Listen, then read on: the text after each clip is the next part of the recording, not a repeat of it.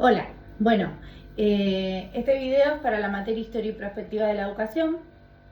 El propósito de la materia es conocer la historia de la educación desde 1492 hasta la actualidad, analizando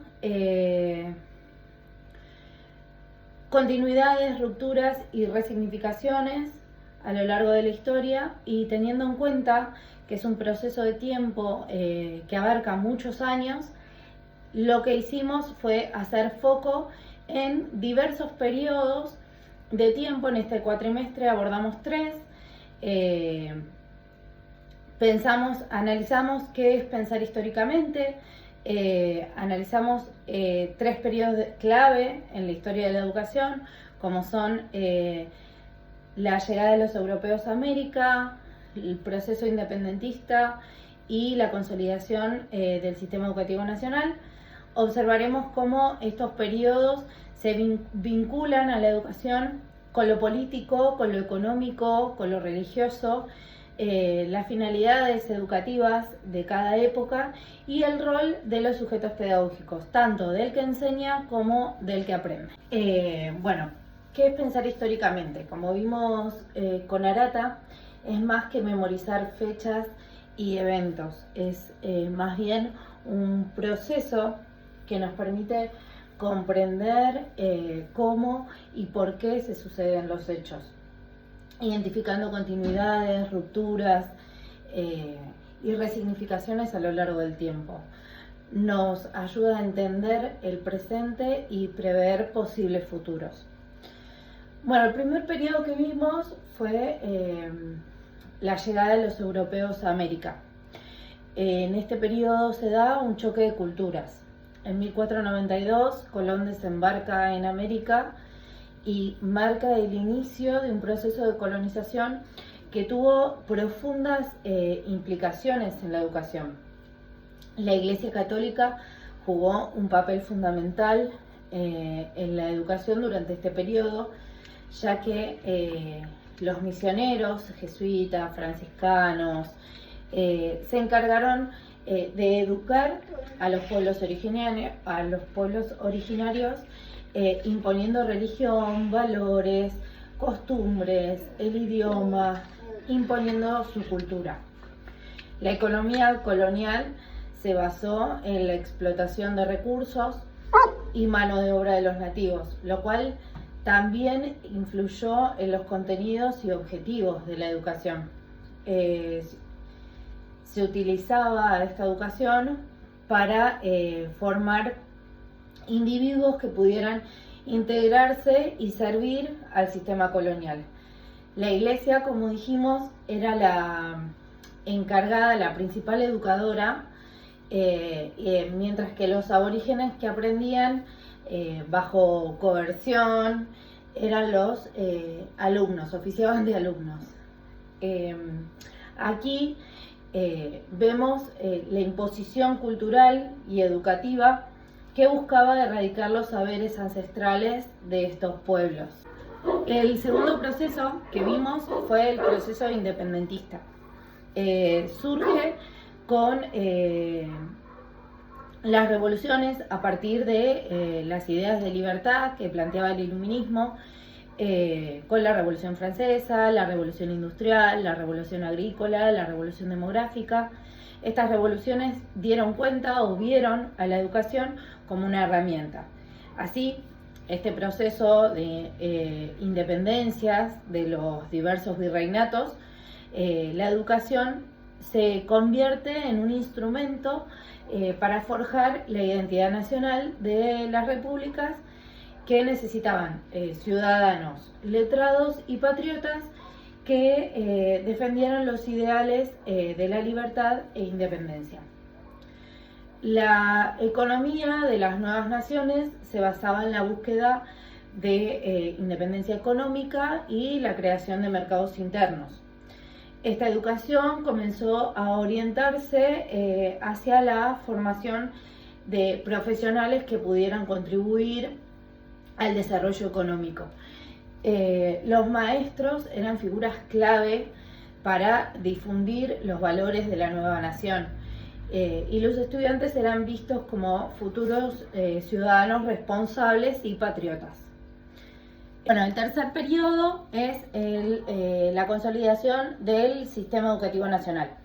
A finales del siglo XIX y principios del siglo XX se consolidan los sistemas educativos nacionales en muchos países latinoamericanos.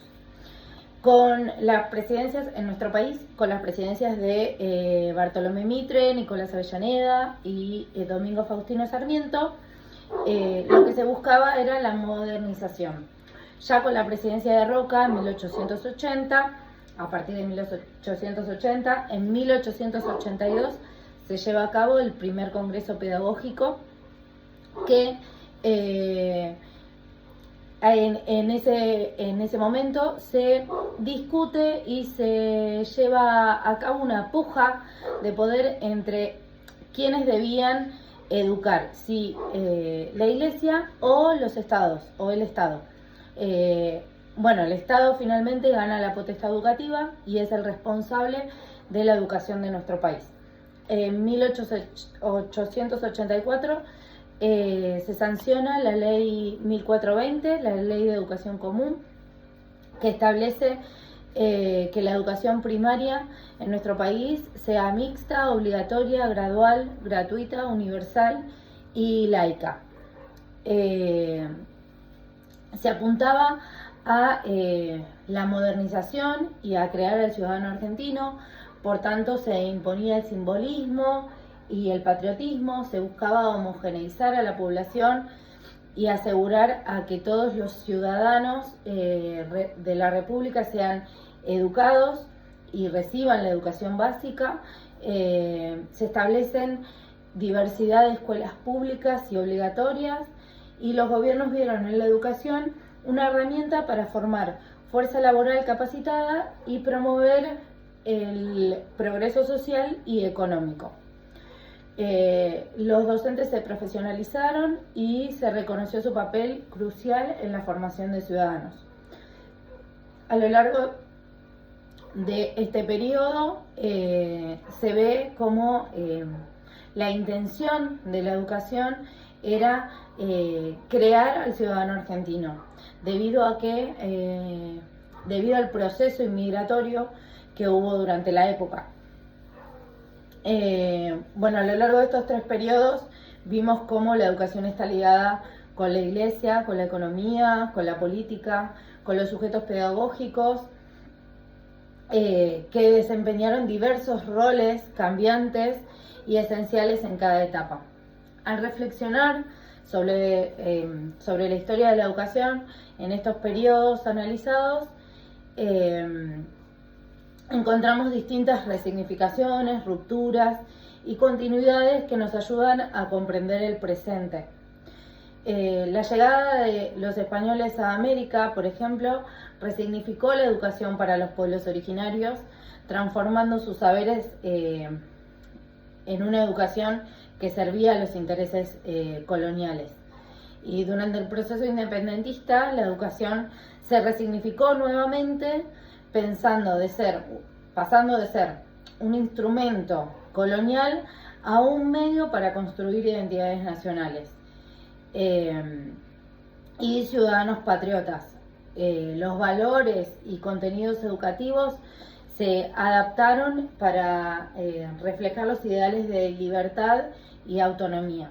En la consolidación del sistema educativo nacional, la resignificación fue hacia la modernización y la universalización de la educación, y la misma esta educación pasó a ser vista como un derecho y una necesidad para el desarrollo económico y social del país. Y respecto a las rupturas, la llegada de los españoles marcó una ruptura drástica en las prácticas educativas aborígenes, imponiendo un nuevo sistema basado en la religión y la cultura europea. Esta ruptura tuvo consecuencias profundas y duraderas en la estructura social y cultural de América Latina. El proceso independentista también representó una ruptura significativa con el pasado. se rechazaron las estructuras de educación impuestas por las colonias y se creó el nuevo modelo educativo que buscaba reflejar y fortalecer la identidad de las nuevas naciones. La consolidación del sistema educativo nacional implicó una ruptura con las prácticas educativas informales y desorganizadas del pasado. La creación de un sistema educativo estructurado y estatizado representó un cambio en la manera en que se concebía y se impartía la educación. A pesar de las rupturas, también podemos encontrar continuidades a lo largo de estos periodos.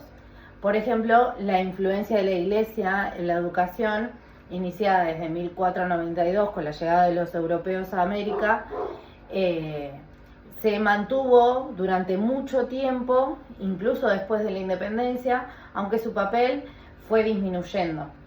El objetivo de utilizar a la educación como una herramienta de control social fue una constante en los 3 periodos que mencionamos. Y la relación de la educación con una fuerte influencia de la política, dependiendo de los diversos intereses, también fue una constante. Entonces, entender estas resignificaciones, rupturas y continuidades nos permite ver a la educación no solo como un reflejo de las sociedades en las que se desarrolla, sino también como un motor de cambio y de transformación. A través de la historia, la educación fue y seguirá siendo una herramienta crucial para construir el futuro. Y bueno, y para eso yo creo que nos estamos formando, ¿no?